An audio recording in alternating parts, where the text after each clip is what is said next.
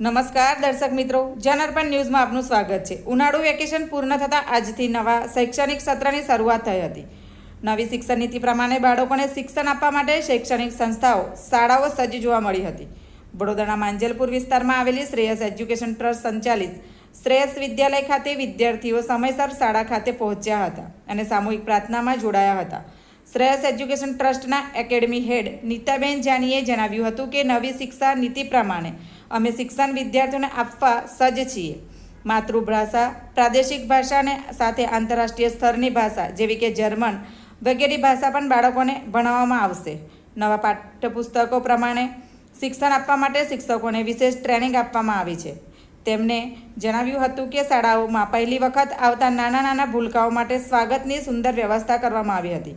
કુમકુમ તિલક કરી ચોકલેટથી મોઢું મીઠું કરાવીને બાળકોને શાળા ખાતે આવકારવામાં આવ્યા હતા।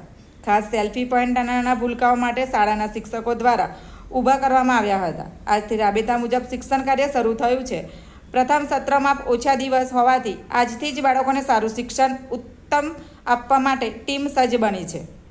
Bureau report, Janarpan news. આવા જ નવા સમાચાર જોવા માટે જોડાઈને રહો જનઅર્પણ ન્યૂઝ સાથે। અમારી ચેનલને લાઇક કરો, શેર કરો, સબસ્ક્રાઈબ કરો।